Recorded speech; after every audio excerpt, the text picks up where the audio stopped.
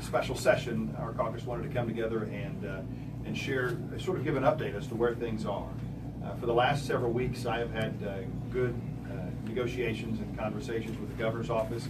Matter of fact, was in conversation with her office just yesterday and met with the governor on a couple of different occasions over the last 3 or 4 weeks, in which we have been discussing a variety of ways to try to not only fill the hole of a $215 million loss of the cigarette fee, but also trying to find a way to dig out of that hole and find increased revenues for teacher pay, state employee pay, health care increases, on down the list. And so the governor, to her credit, and her staff have been offering us at least some thoughtful ideas. We've yet to be able to find one that the House Republicans would agree to, but we are here today to thank the governor for the continued conversations that we're having.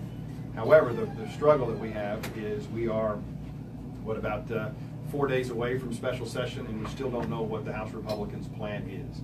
And so our caucus, my members, have been listening to our constituents, and we're putting forth a plan today that we believe will solve many of the budgetary problems, address the loss of the cigarette fee, and move forward on a teacher pay raise, as well as state employee pay raises and other critical funding issues.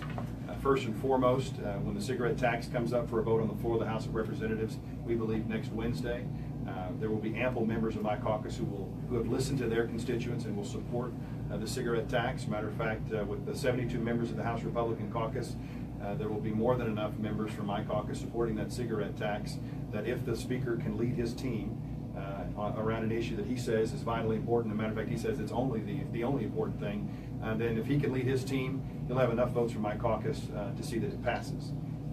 But we're not overly optimistic that he can do that, and we also realize that, unlike the Speaker, who said for the last several weeks that all we need to do is find $200 million to fill the cigarette fee hole, we're curious as to what numbers he's looking at, because if we found $200 million to replace the cigarette fee, that's not one new dollar for a teacher pay raise, it's not one new dollar for healthcare reimbursement rates, it's not one new dollar for state employee pay raises. It just prevents further cuts on top of the 30-something% cuts that we've already seen. And so our caucus, having listened to our constituents, will be offering up an additional plan.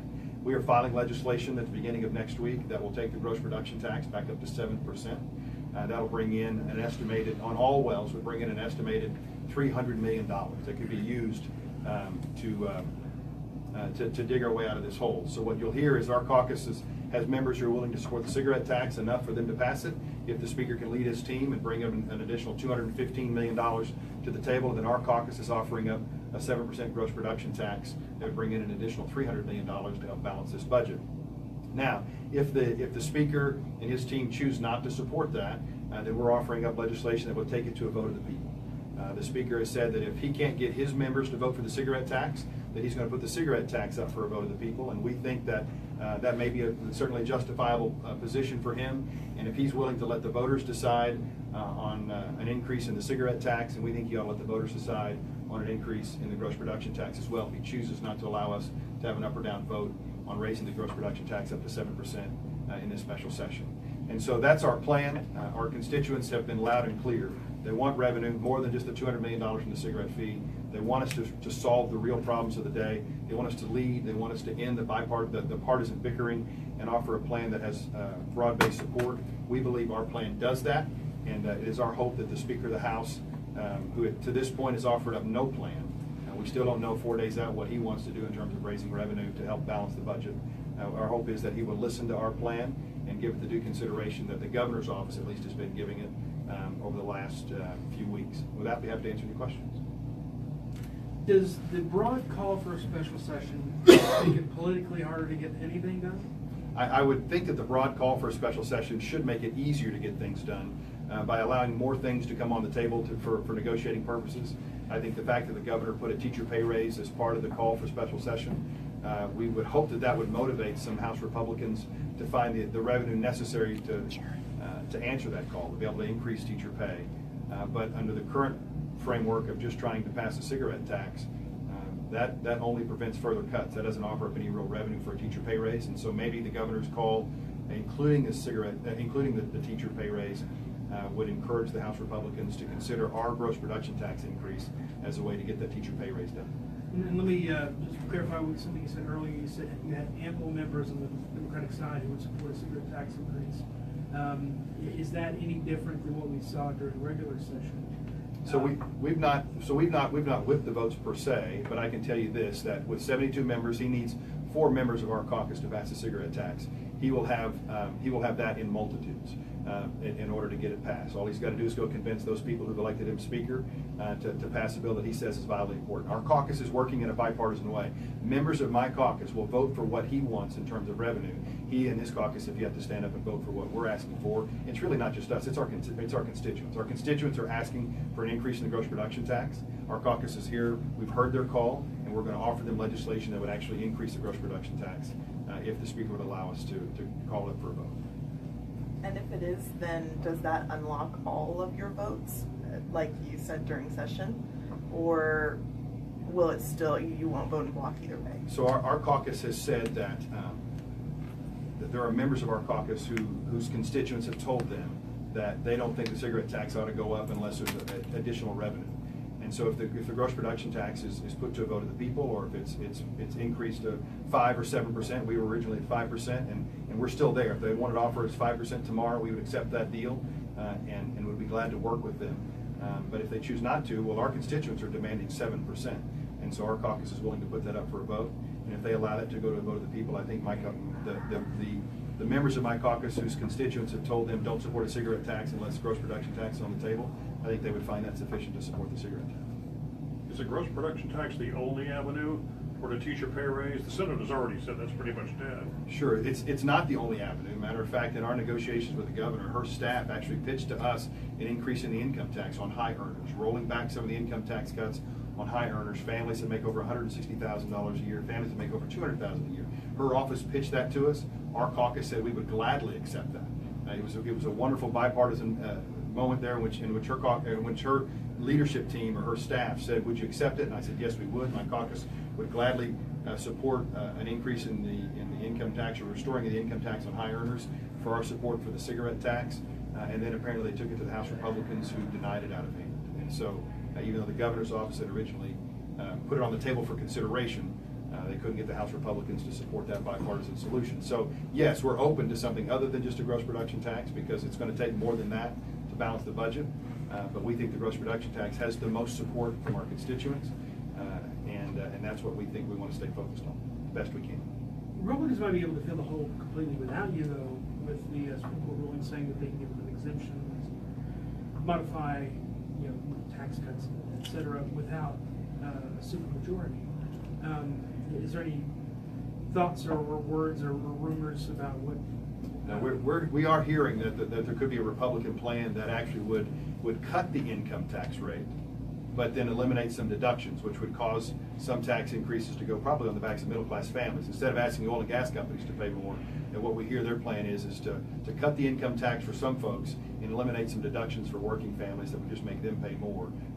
Certainly they could do that with just 51 votes, and if they want to balance this budget on the backs of working families and let the oil and gas industry get off scot-free, they're certainly welcome to do that. I think the voters of the state of Oklahoma would punish them for that next November. We've already seen with Representative Gaddis, who's here, and then we just swore in Representative Rosecrans this morning, those districts that have been held by Republicans for 30 years, those weren't just Democrats that came out and voted for those members. Those were Republican voters who are fed up with the current leadership in this building, and they're fed up with the fact that the folks in charge seem to want to kowtow to the oil and gas industry instead of standing up for their constituents. And so we've listened to our constituents, and we're putting a gross production tax up for a vote on the floor. If they want to use a 51 vote scheme, sort of gimmick to raise taxes on middle-class families to balance the budget, they can certainly do that, but they won't have our support in that process. You've only heard that, but they haven't brought it to you as an option.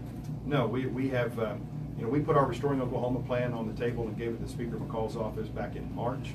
We've been waiting for their plan since then, and we've not seen one. And so we're moving forward with the solution. And it's a bipartisan solution. It's not just Democrats in our districts that are calling for an increase in gross production taxes. It's everybody across the board. The polling numbers showed yesterday that well over 50% of Republicans in the state of Oklahoma want an increase in the gross production tax. Over 70% of Democrats do.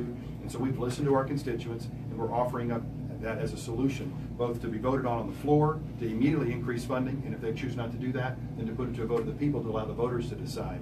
that has to be part of the overall solution to this budget problem.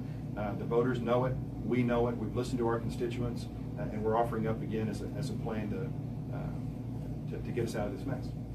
Teachers' hopes have been raised before. Is there any reason why they shouldn't be skeptical this time around? I think the fact that we're 4 days out and the folks in charge haven't offered us a plan, even though we've put one out, that ought to make teachers very nervous about what the potential of special session means for them and our ability or lack thereof to get a teacher pay raise accomplished.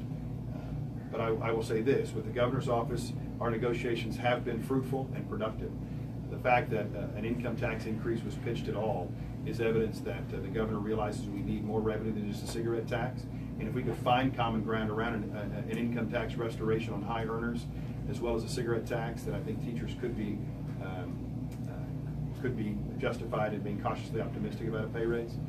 But right now, as long as the House Republicans continue to dismiss our plans and the governor's plans, then I wouldn't hold my breath. Anything else?